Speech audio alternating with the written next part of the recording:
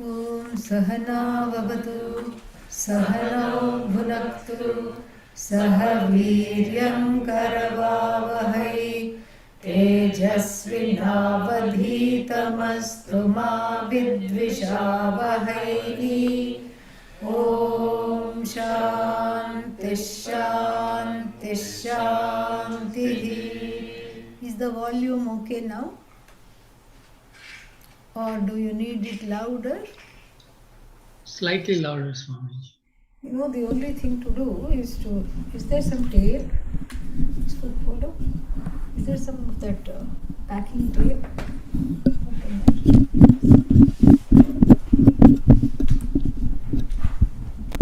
Only today it is soft, or all these days it has been soft? For us, it is good, Swami Ji. Oh, okay. No good. Let's try this. Just tape the two mics together.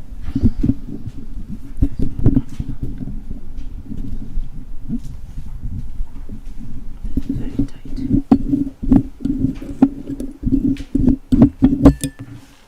Yeah, keep those nuts together, huh? Yes.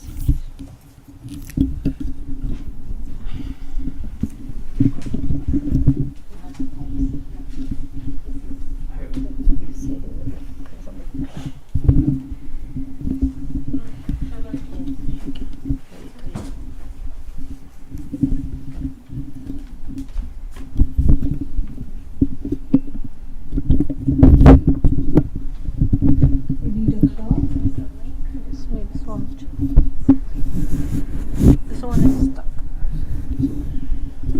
Maybe hold on. Here, no. Opposite. Yes, anyway, we were trying to make it tight and loose at the same time.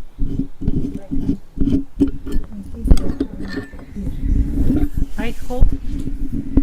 Yeah, try it. Ooh, and packing tape is, I don't know if it will hold. No, I don't think. Maybe like this. This will hold, Swamiji. Will if we. It should hold. Maybe we'll turn this off for the moment.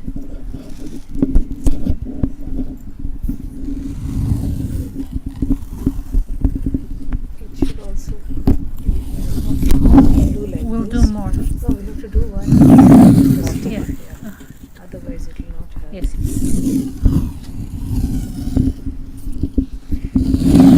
Very wide.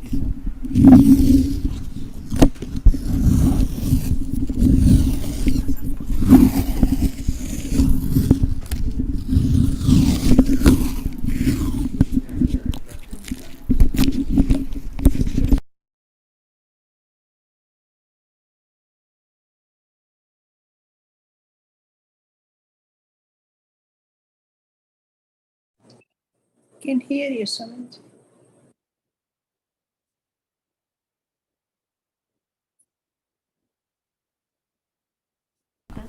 Is it better now? Yes? Okay. ये भी on, ये on है ना? नहीं. ये भी ये on. अच्छा. चलो.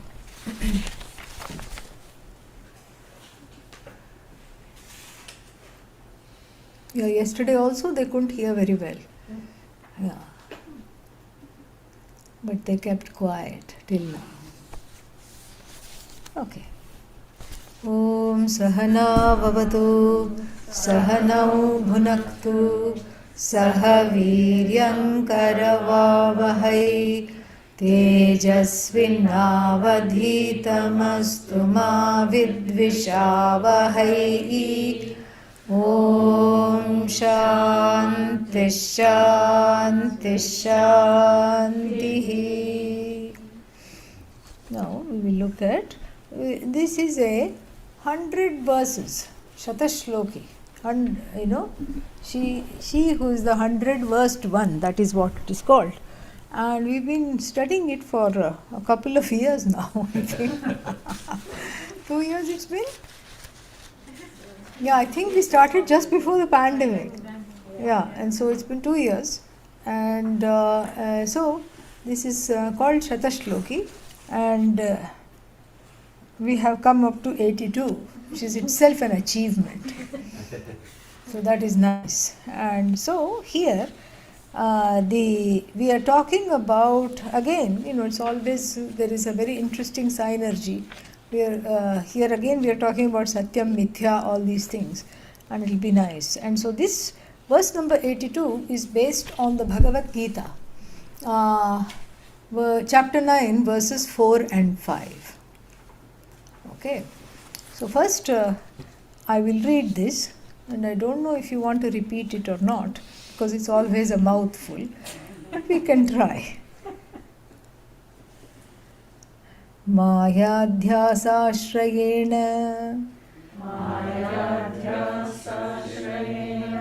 प्रविततमखिलं यन्मया तेन मत्स्थाने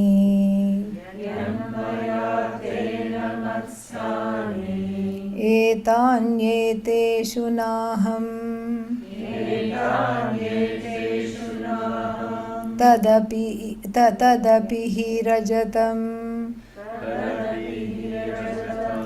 यदपि हि रजतम् भाति शुक्तौ न रौप्ये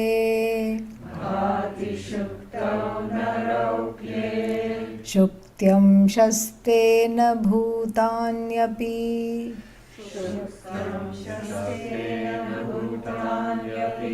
मयि न वसन्तीति विश्वविघ्नेता प्राहास्मादृश्यजातम्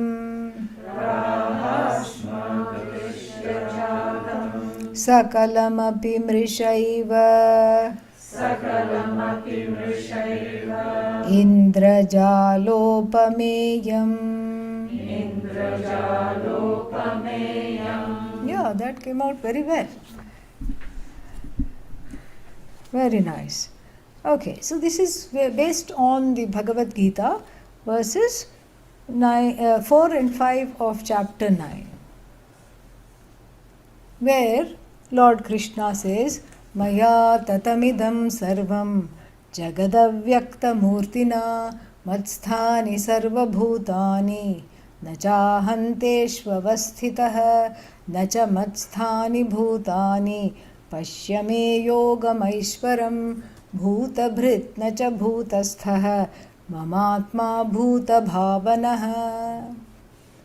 So the Vedanta scholars love to express the same thing in their own way, in their own 4 lines, these 4 lines.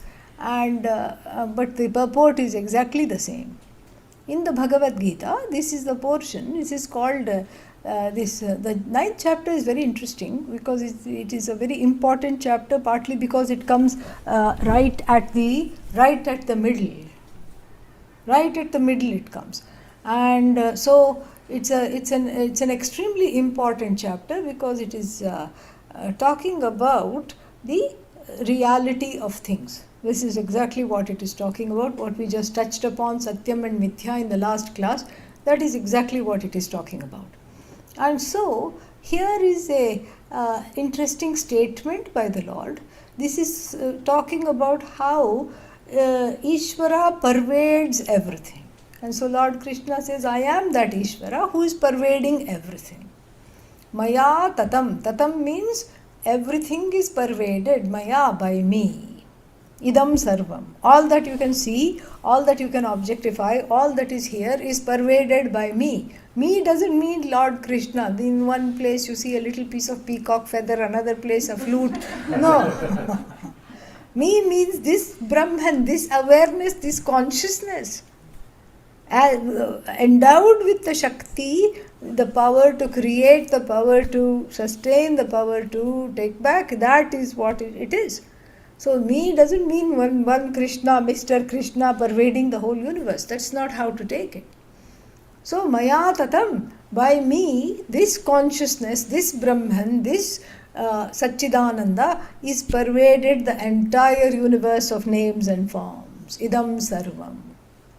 And who is this me? He says, just so that we don't make this mistake. We can make 2 mistakes here. We can say, who are you? We don't see you anywhere.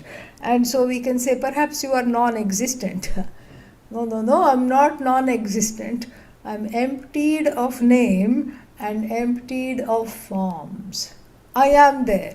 That which is here is empty of names and empty of forms. And that is what is the reality. That is what is Sat. No name, no form. But it is existent. You cannot say it is non-existent.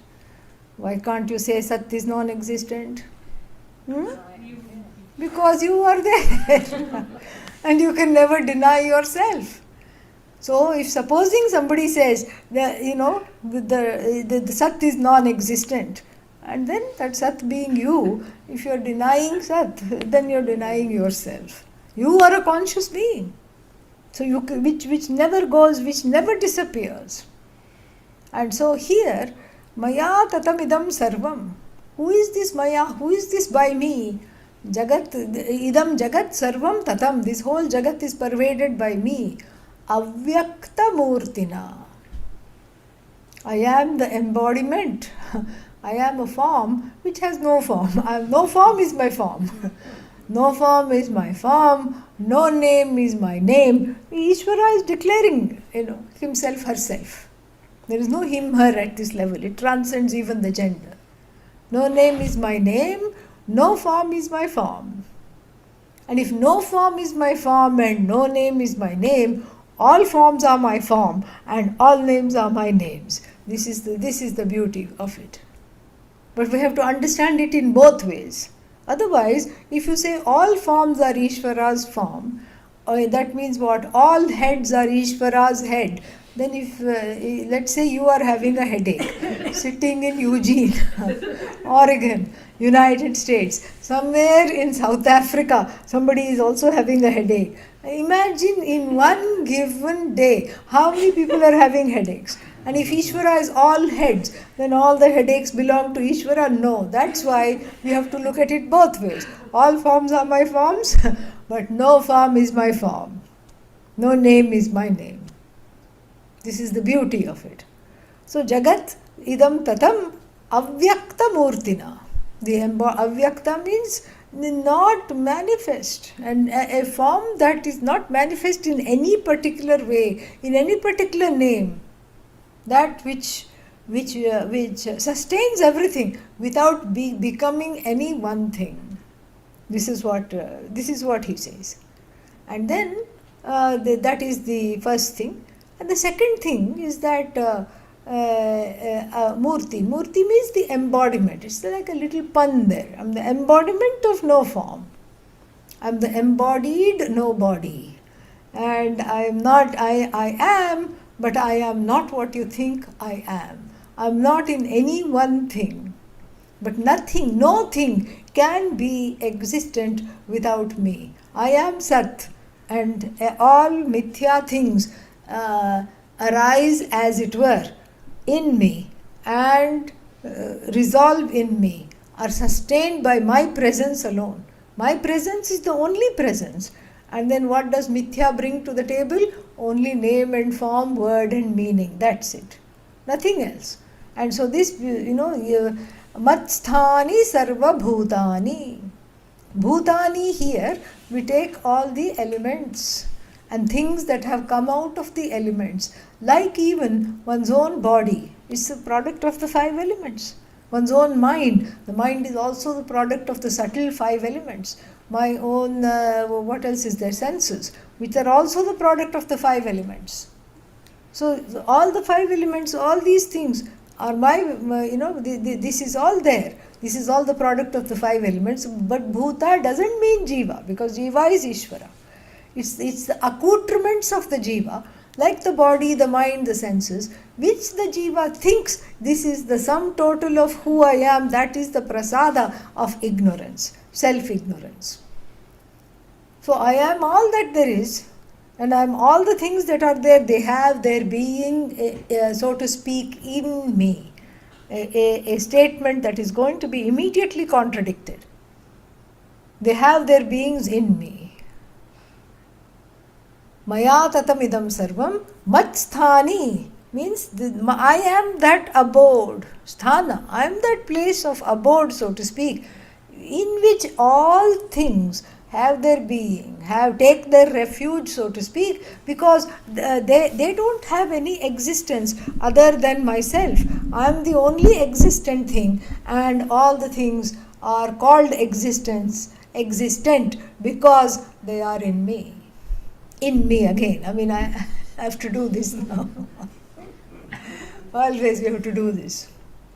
So much so that after one retreat in Arsha Vidya, they made one big board, as though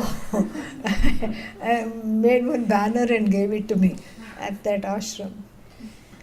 So this is exactly how it is.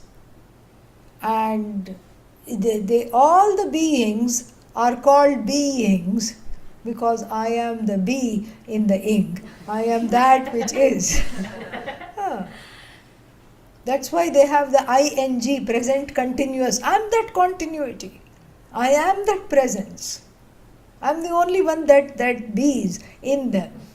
Forget the grammar here. So long as you understand, that's more important. Then, matsthani sarva bhutani nacha aham teshu avasthitah.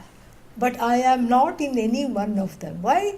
Because I am all pervasive and without boundaries. I am free.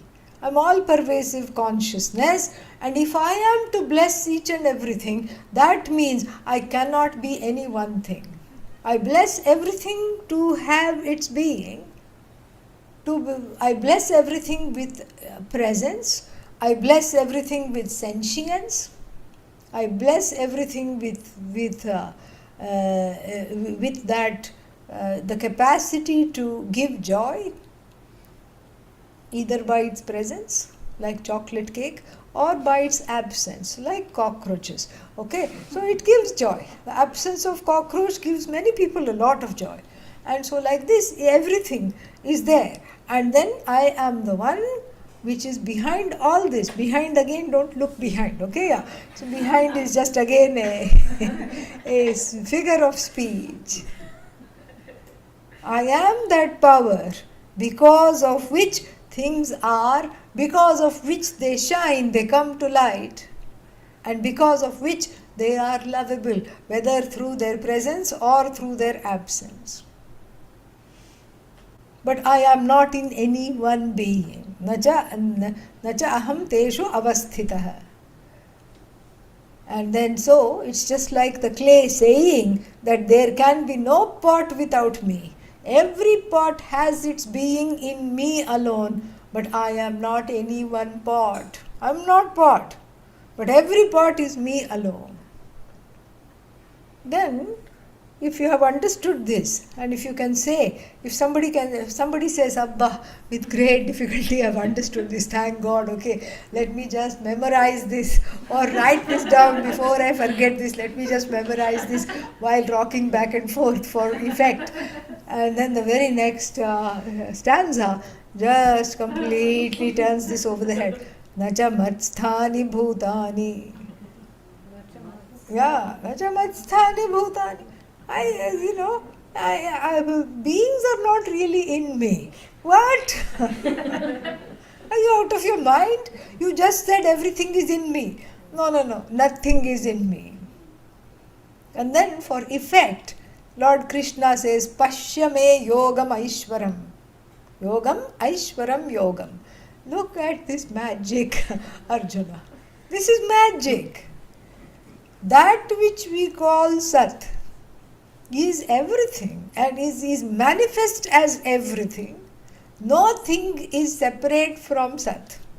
But Sat is not any one thing. But at the same time, you cannot take Sat to be the Adhara for the whole Jagat, which is the Adheya. Adhara means basis. Adheya means that which is based in the basis. So you cannot say that this consciousness is a container in which all the jivas are put there to dance. You can't say that. Then we don't have non-duality. Non-duality means there should not be two things. There should not be pot and clay. That is not non-duality.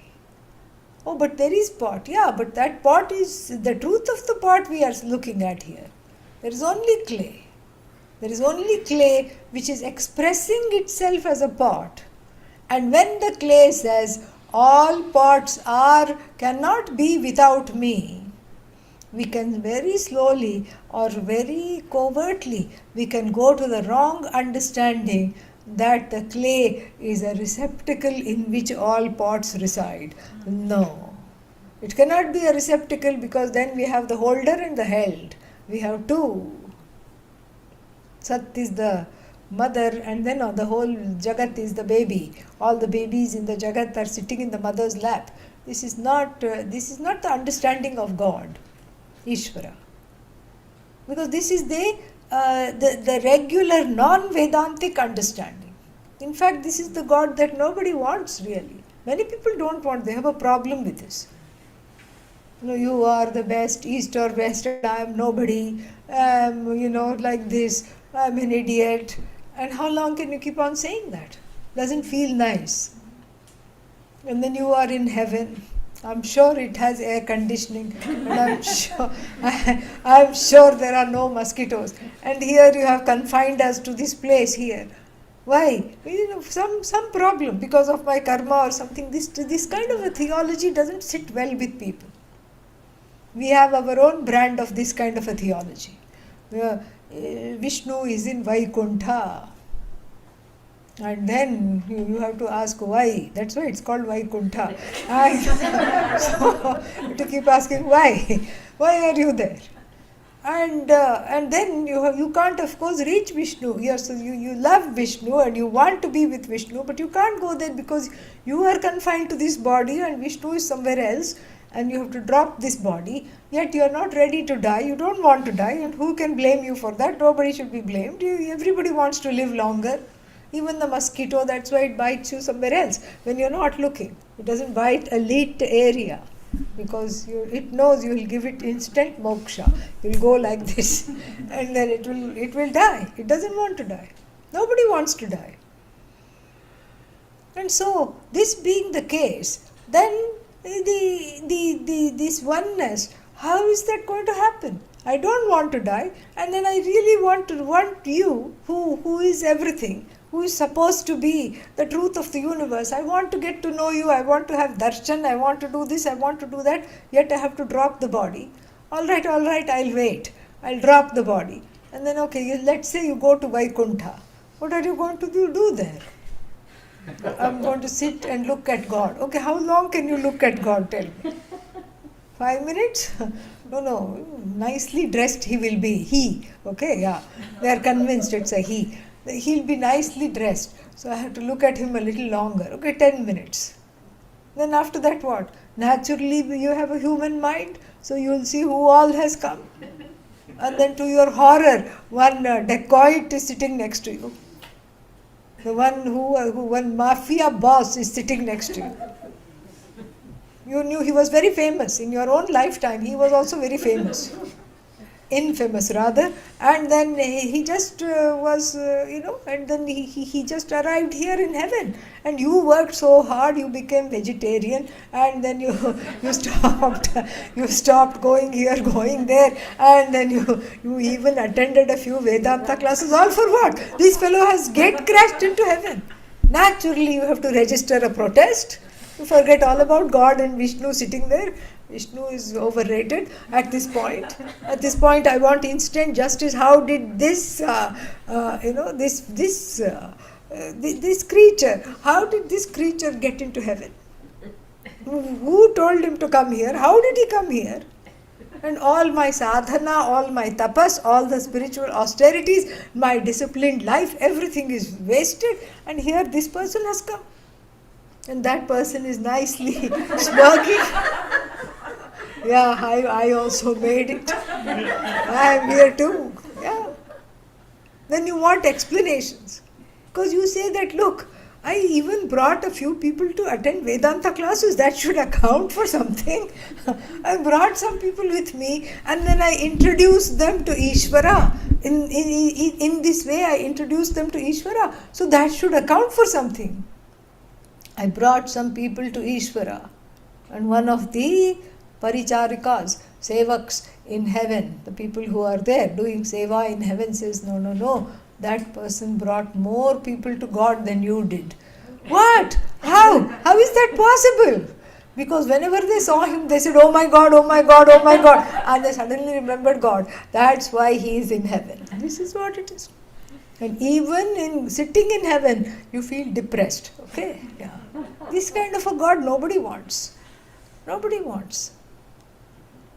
And therefore, that which we call God cannot be odd like this. That which we call God has to not be separate from the seeker. That is the only kind that is palatable, that makes sense, that is reasonable. The truth of the seeker is what we are talking about.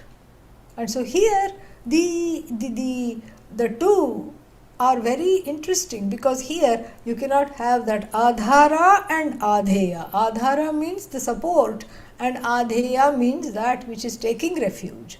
You can't have those two things. It has to be one. That's why Lord Krishna says, Nacha matsthani bhutani. This is the magic. Why? Because I am bhuta bhrit. Bharati iti bhrit means that which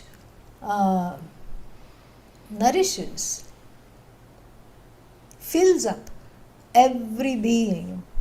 Every being I fill up. Like I told you, it's just like the last class, the pastry and the filling. Yeah. You have a filled pastry with some kind of chocolate, vanilla, something. What is that called? There is something called that. Eclair. Yeah. That's how could I forget. Yeah. So there is this eclair. And then you make this pastry full of holes. And then you fill it up. Because of the filling, you eat the pastry. Yeah. So, I am that which makes the eclair. Yeah. That is what Bhagavan says. I am that sweetness in everything. I am that which fills up everything.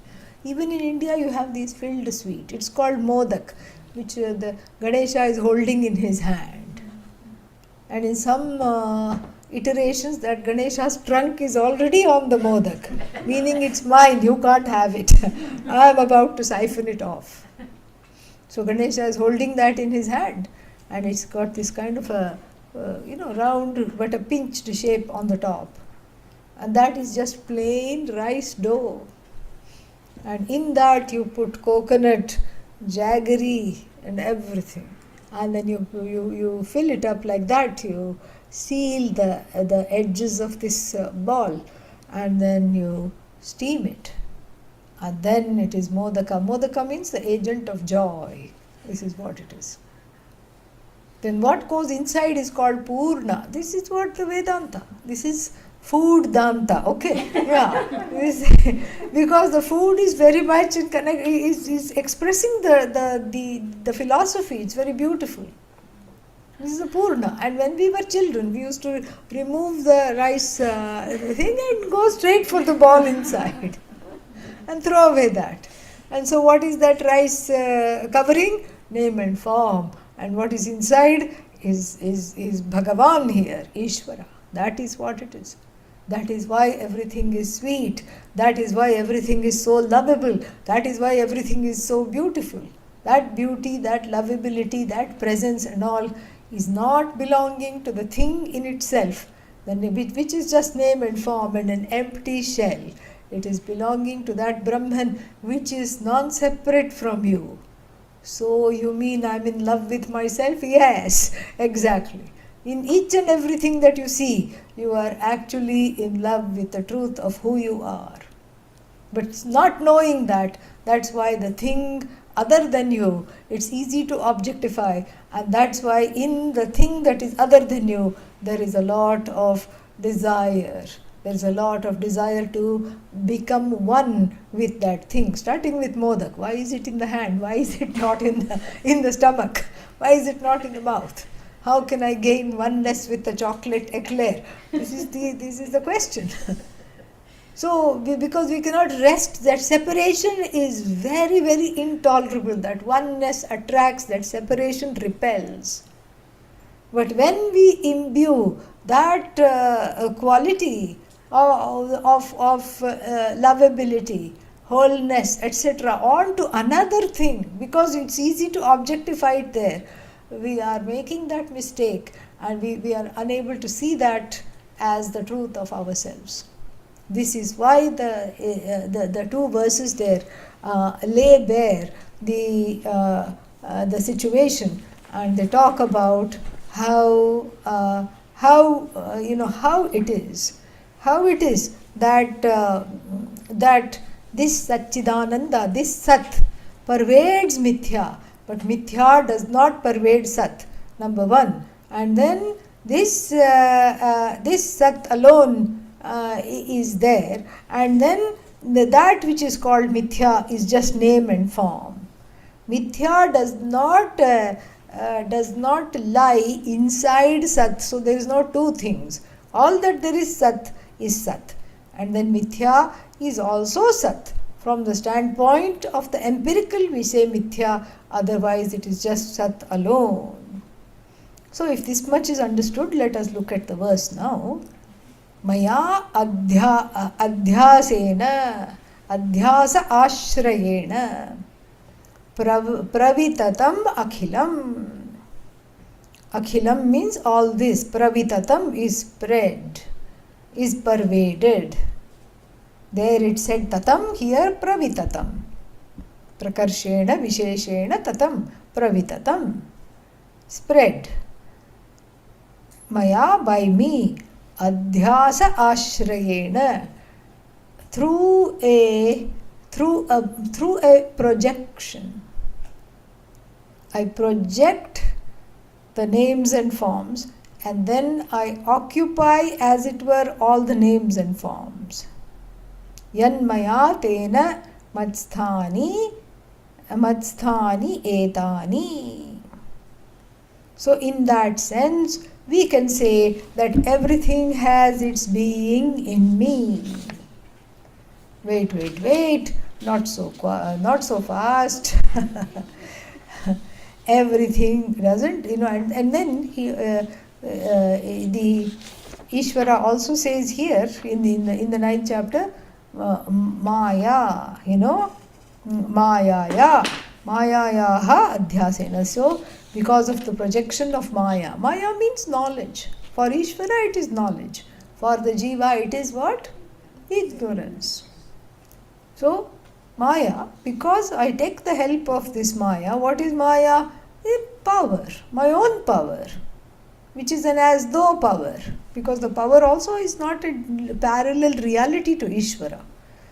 So, that's why he is she is he. So, therefore, this whole universe has been projected forth, and therefore you can say all things are in me, but not I am not in any one of them. All things are in me, you can say. In me, in heavy quotations. All things are, so to speak, in me. I am not in any one of them. And then, etani eteshu na aham. And then he makes a very interesting point. Yat apihi rajatam bhati shuktau naraupye. Very, very interesting point. Because he says that, for example, although instead of the mother of the pearl, what do you see? Silver. You're on the beach and then you see something shining and you say, oh, it's a silver dollar. And you run towards it, and all that, as it turns out, was in vain. Why? Because when you reach, what do you see that? It is mother of pearl. Never say father of pearl. It's only mother of pearl. Yeah. So it's mother of pearl. So even though you see the mother of pearl instead of the silver, the mother of pearl, the silver has no mother of pearl there. There is nothing to do with one another. So when you actually look at the silver dollar, does it have any resemblance to the mother of pearl? Are there pieces of mother of pearl sticking onto the silver? No. Still you made that mistake. That is the idea. Still that mistake happened, but there is no connection between that which is projected. out of one's own ignorance, one sees the wrong thing. And between that, that which is projected and the original thing, if there is no connection. There is no connection between silver and mother of pearl. They have nothing in common, starting with the price. Okay? Yeah. So 1 gram of silver and 1 gram of mother of pearl, free. Even if you give money, they will not take it. Okay? It's so common. So there is nothing in common. 1 gram of silver is costly. And so therefore, there is nothing in common. Still the mistake is made. Very interesting. And then he gives another example. So, I thought he gave one more example. No, but that was in the previous one. I think he had 3 examples in the previous one. Here only 1 example. So, even though it looks, I mistake the mother of pearl to be silver, the silver has nothing to do with the mother of pearl. And he uses this example because he's been dealing with this example the last 2-3 verses.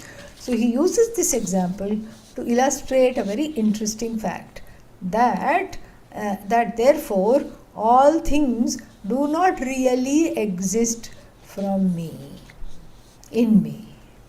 They cannot exist in me. Just like there is no mother of pearl existing in silver. Silver, adhishthana, the basis. Mother of pearl, adhyasa, the mistake, the projection. So in a projection, you see a reality in the projection. But then when you look at that reality, the projection is not part of that reality. That is the idea. So too, this whole Jagat is a projection.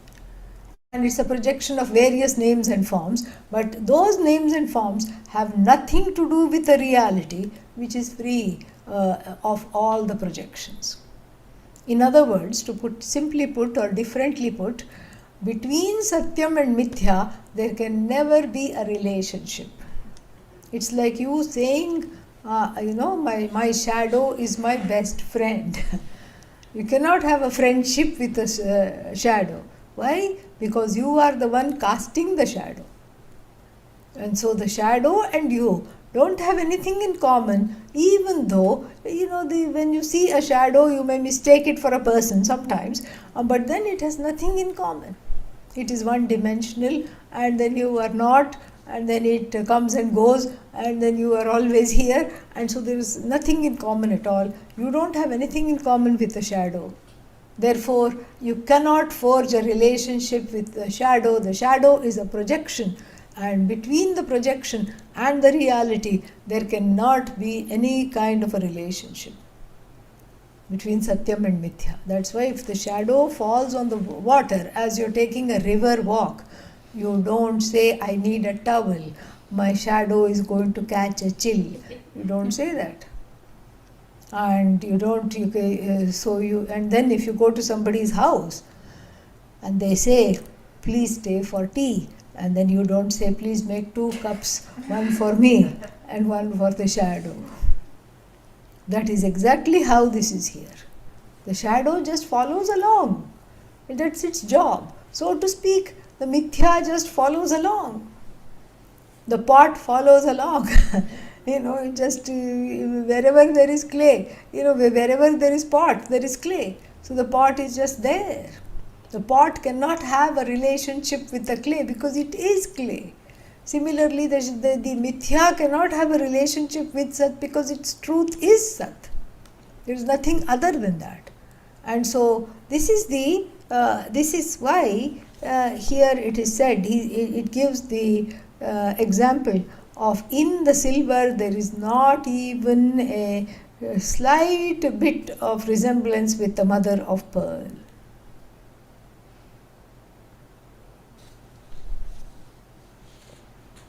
And then praha. So na bhutani api mai navasanti iti vishvagneta. Vishvagneta, the Lord of the universe. The Lord of the universe says, This is, nothing exists in me. Even though nothing can be without me, nothing exists in me. See, like this, another way to assimilate this is to look at from the standpoint of the pot, clay is intrinsic to the pot. Okay? But from the standpoint of clay, pot is an incidental expression of clay. But you cannot say the same of clay, of the pot. You cannot say clay is incidental. No, it's not incidental, it's intrinsic. The pot has an intrinsic relationship with clay. Without clay, it cannot be. Its very being depends on clay. It can never be free of clay. As long as clay is there, it is there.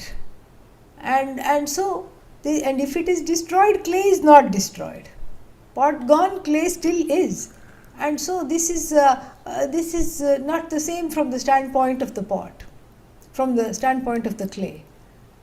From the standpoint of the clay, the pot is an incidental expression, because the clay could be like a lump on the roadside, it could be a figurine, it could be another pot, it could be a cup, it could be so many things. So this pot is just by chance, it is in this particular form. That's how it is. That's why you cannot say pot exists in clay. This is how we have to understand it. Then the last line, Vishwagneta Praha Asmad Drishya Jatam Sakalamapi Mrisha Eva. Mrisha Eva means mithya. So Drishya Jatam Sakalam, everything that can be objectified by the sense organs, everything that can be seen, everything that can be heard, everything that can be touched, every smell that you can pick up, every taste that you can pick up, all of them Mrisha Eva. Everything is mithya. Oh, but I have to look for the Satyam. Where is Satyam? The one who is saying this is Satyam. Satyam is you. The one who is objectifying the mithya is not mithya, is Satyam. So everything, Drishya Jatam Sakalamapi, Mrisha Eva. Mrisha here is not false, Mithya Eva. It is all Mithya, Mithya, Mithya alone. It cannot be Sat at all. And then because that Sat is you. And then he gives a very nice example, Indrajala Upameyam. Upameyam means it's comparative, it's comparable to a magic show. Indrajala means magic show. You go there and suddenly something, the empty hat the magician brings and then pulls a rabbit or a dove sometimes, or a whole lot of scarves. But he should know, he knows how many scarves are there. And then at the last one he says, the second last one he says, okay, I'm tired, now let's go do something else. He will slowly transition to another part of the show. You don't know, that's why you are, you are gaping and enjoying, because you don't know you are part of that magic show. You are bemused by this. Oh, how did the rabbit get in there? How did it not jump out before then? Because it was given a little opium in India. At least that's what they do. Unfortunate, but true. They must have been drugged. Otherwise, do you think rabbit will sit in a hat? If it is in its right mind, but somehow it was sitting, and he takes it, pulls it out of by the help of its ears. Ow, how painful! But that's what he does. He pulls it out and shows. And then sometimes the birds will sit and nest there. No way. There must be something going on. But then, he knows. He knows how many birds are there, how many scarves are there, how many rabbits are there. And if he himself says, oh, rabbit, how was it there? I was expecting a scarf. Then the magic is not worth it. You feel like leaving. The magician should have a stiff upper lip. The magician should not be surprised. The magician should know what is going on. Just like same thing, even when you tell a joke, you should not start laughing before that punch line. If you yourself start laughing, then the joke, people don't enjoy. You should seriously, with a straight face, tell the joke and let the other people laugh, then you can join. But same thing here in the magic show also, the magician should be Sarvagya, all-knowing, omniscient, and is in charge of the show, knows when to stop, and then looks quickly, the rabbit has run away. Okay, quick, what should we do here? And so we should go for the hankies, because the whole thing is hanky-panky, and so we should go for the hankies coming out one after the other, rabbit gone, and then we have to distract the audience, and we have to do something. So the magician is in charge. Even the absence of the rabbit he can explain. And then he gets on his walkie-talkie, he gets the message, rabbit has been caught. Okay, quick, bring it in a flower pot that is covered somewhere, and then we'll bring it there. Oh, there you were, bad boy. How did you get there? Something like this, and make it part of the show. The people are entertained. The people are agog. How did this happen? How on earth could you do this? And the people enjoy, because it's just a series of surprises. And that's exactly how the Jagat is. It's a full-sized, Jagat-sized magic show. Suddenly one is surprised, suddenly one is crying, suddenly one is laughing, suddenly one is mad with anticipation, suddenly one is disappointed after all that anticipation. Nothing came out of it. And in this way, everybody is in the spell of Mithya, which is like a magic show. Only Ishvara knows. And you will also know, if you understand this through Vedanta, that you are not separate from Ishvara. I'll stop here for questions, because we have done a lot of this, okay? So we'll stop for some questions and then we'll do this. Om Purnamadav Purnamidam Purnat Purnamudachyate Purnasya Purnamadaya Purnamevavashishyate. Om Shanti Shanti Shanti. Harihi Om. Harihi Om. Yeah. Huh? Drishti Srishti? No, that's not what we are talking about. No, yeah. Okay, but that's the question. Yeah.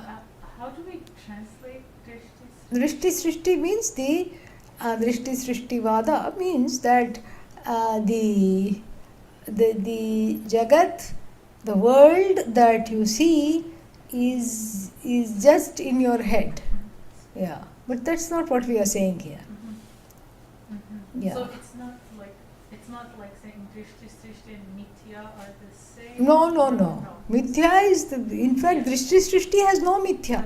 It has no Mithya at all. Drishti Srishti Vada has only Paramarthika, the absolute reality, and it has Satyam, and it has your own reality. That's what. It doesn't have this interim reality.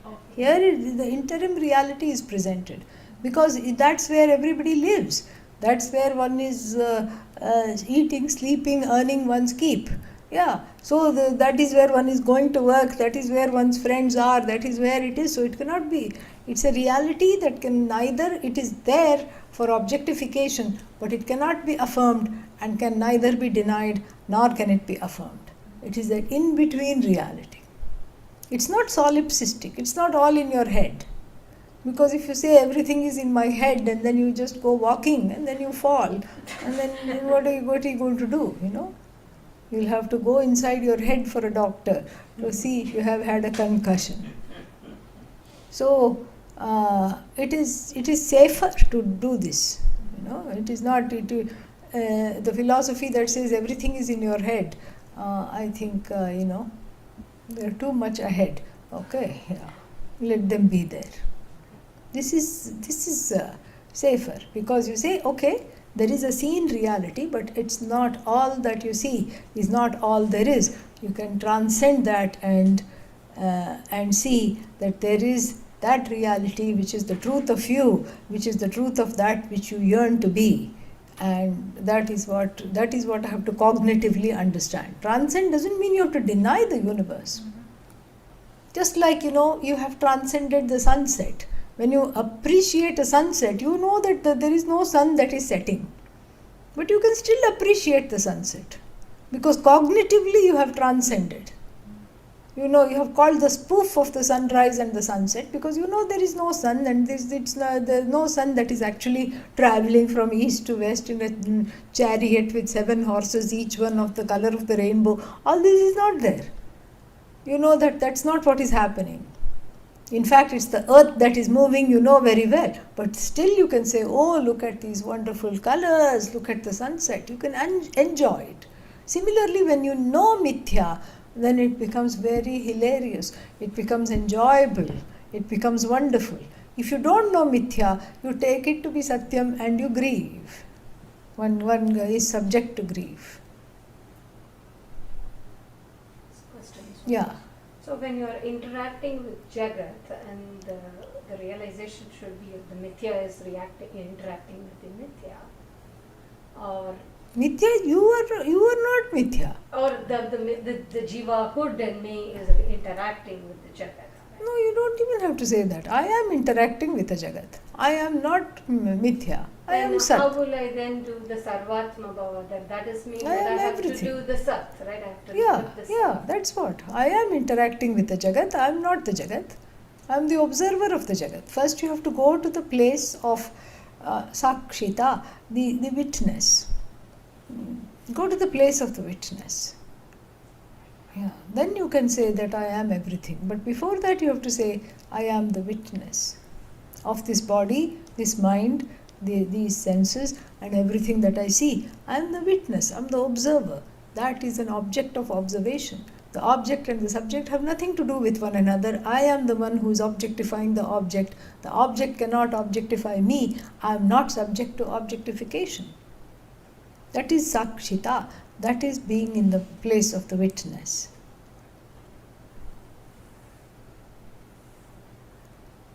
Any other questions? Okay. All the best. Swaminiji. Yes. One more question. Yes, Swaminiji. Yeah. This is tell me. about the previous class you mentioned that if you don't get the knowledge first time, listen the second time or the third time. Yeah. Ultimately, it will dawn on you. Yes. But then Swamiji also said, and Vivekachudamani also says that Yeah. when you are ready, the Guru will appear in front of you. Ah, interesting. We have Guru in front of us. Yeah. Heard so many times. Yeah. I don't know the knowledge is there or is intellectually the knowledge has dawned on me, but emotionally I'm not able to realize it, live the life of it, or what I'm missing there. You're not missing anything. It's just a question of, it's not intellectually, emotionally, you're a whole being. And if there seems to be a gap in the understanding, then that means that some contemplation is called for. You keep repeating the words that you have heard of the scriptures, of that oneness. You keep living in that reality.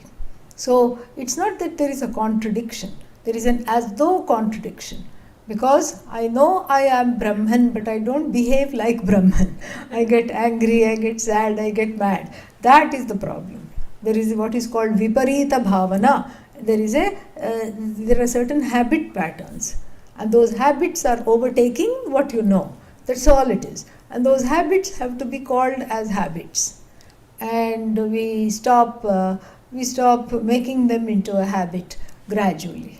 So a little more listening, little more being in line with the teaching, that will help. That will help. In fact, what Vedanta says is that when you are ready, the teacher disappears. Yeah, that is Vedanta. Disappears in you, as you. Yeah, as a separate entity. Thank you so much.